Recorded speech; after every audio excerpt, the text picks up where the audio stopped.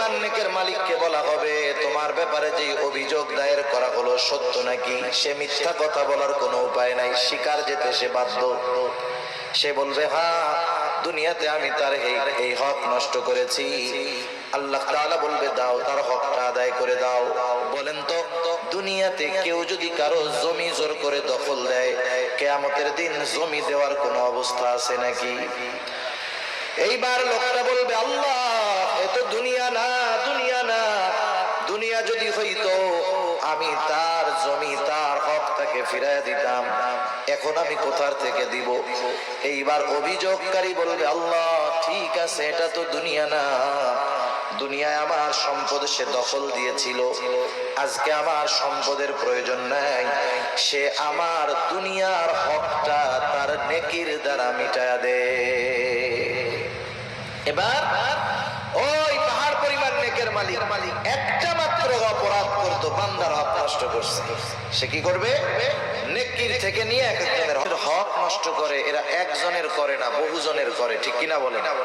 বহুজনের করে। একের পর এক অভিযোগকারী আসবে আর সে হক আদায় করতে থাকবে।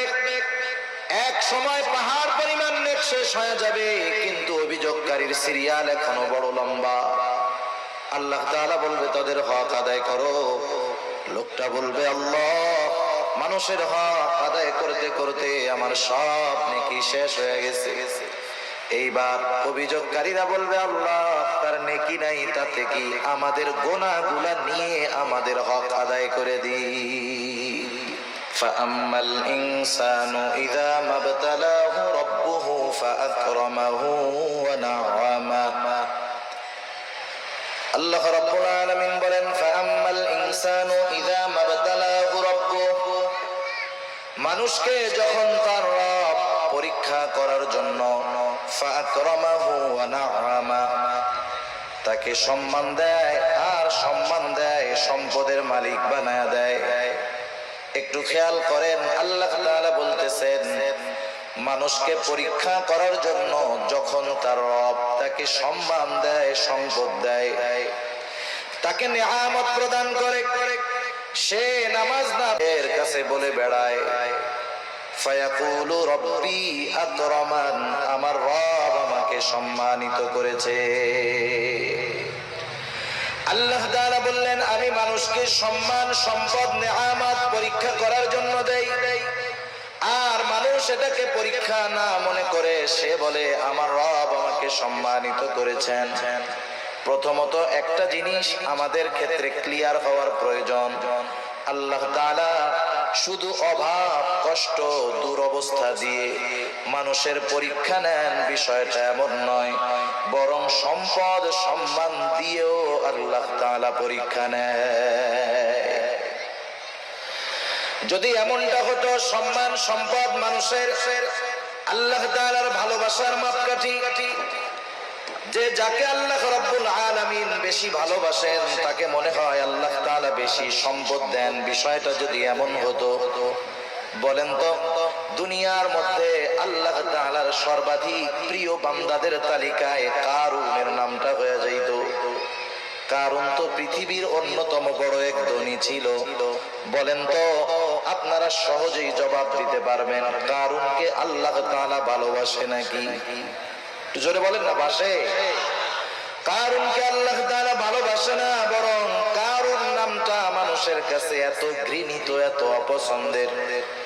দুনিয়ার কোন মানুষের যদি সন্তান হয়, সে যত গরিব হোক, তাকে যদি বলা হয় তোমাকে মাসে 1000 করে বেতন দেওয়া হবে, টাকা দেওয়া হবে, ছেলের নামটা তুমি কারুন রাখো, আপনারা কেউ রাখবেন? আপনি বলবেন আরে দিন মজুর দিয়া খাইতাতে, কারুন আমার পোলার নাম, মইরা গেলে ওরা রাখবো। এই কারুনকে কত সম্পদ আল্লাহ তাআলা দিয়েছেন, এই সম্পদ ছিল তার জন্য পরীক্ষা। সম্পদের মালিক কারুন যখন হযরত মূসা আলাইহিস সালাম কারুনকে বলল কারুন তুমি তোমার সম্পদের যাকাত দাও, কারুন যাকাত দিতে অস্বীকৃতি জ্ঞাপন করলো। শুধু তাই না, সে মূসা আলাইহিস সালামকে অপমান, অপদস্থ করার জন্য, অপবাদ দেওয়ার জন্য একজন খারাপ মহিলাকে সে ভাড়া করলো। শিখায় দিল, তুমি মানুষের সামনে বলবা মূসা আলাইহিস সালাম আমার সাথে জিনা করেছে, অপকর্মে লিপ্ত হয়েছে। এইবার যখন কারুনই ষড়যন্ত্র চক্রান্ত করলো, আল্লাহ তাআলা বরদাস্ত করলেন না। এই কারুন যখন সম্পদের মালিক হয়, তখন কারুনের বন্ধুরা আল্লাহ তাআলার কাছে বলতো, আল্লাহ আপনি মনে হয় কারুনকেই শুধু ভালোবাসেন, আমাদেরকে ভালোবাসেন না। আমাদের সমাজেও এমন আছে, 5 বন্ধু একসাথে লেখাপড়া করেছে, একসাথে কর্মজীবন শুরু করেছে, একজন অনেক ধনী আর 4 জন গরিব। তারা আফসোস করে আর বলে, দেখ আল্লাহ তাআলা ওকে ভালোবাসে, সব নেয়ামত আল্লাহ তাআলা ওকেই দিয়ে দিতেছে। কারুনের বন্ধুরাও বলতো, আল্লাহ আপনি মনে হয় কারুনকে বেশি ভালোবাসেন, এই জন্য এত সম্পদের মালিক বানায় দিচ্ছেন। কারুন যখন মূসা আলাইহিস সালামের অবাধ্য হলো, মূসা আলাইহিস সালামকে যখন অপবাদ দেওয়ার প্রচেষ্টা করলো, আল্লাহ তাআলা কারুনের উপরে গজব দিয়ে দিলেন। কারুন তার সম্পদ সহ জমিনে ডাবতে শুরু করলো। তাফসীরের মধ্যে আসছে, এখনো কারুন তার সম্পদ সহ জমিনের মধ্যে ডাবতেছে, কিয়ামত পর্যন্ত ডাবতে থাকবে। যখন কারুনের বন্ধুরা কারুনের এই দুরবস্থা দেখলো, এইবার ওই গরিব বন্ধুরা বলে, আল্লাহ আপনি কারুনকে সম্পদ দিয়েছেন ঠিক, কিন্তু বাস্তবে আপনি আমাদেরকে বেশি ভালোবাসেন। সম্পদ দেখে আমরা মনে করি আল্লাহ তাআলা মনে হয় তারে ভালোবাসে, এই জন্য দিচ্ছে, বিষয়টা এমন নয়।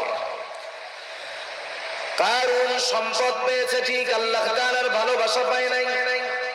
আবার দুনিয়াতে অনেক মানুষ আছে, সামাজিক অবস্থানের দিক দিয়ে তার সম্মান অনেক কম, সমাজের মানুষেরা তাকে গণ্যমান্য কোনো ব্যক্তি মনে করে না, সামাজিক দিক দিয়ে তাকে অবহেলা করা হয়, এমন লোক সমাজে আছে না নাই? এই মানুষগুলা অনেক সময় আফসোস করে আর বলে, আহারে সমাজের কোনো বিচার আচার সালিশে আমাকে ডাকে না, আমাকে এই সমাজের লোকই মনে করে না। হয়তো দুনিয়ায় সে দেখতেছে তার সম্মান কম, কিন্তু দুনিয়াতে আল্লাহ রাব্বুল আলামিন অনেক মানুষকে সম্মান দিয়েছেন তাদের পরীক্ষা নেওয়ার জন্য। কত সম্মানিত মানুষ ছিল ফেরাউন, কত সম্মানিত মানুষ ছিল নমরুদ, কত বড় বড় বাদশাহী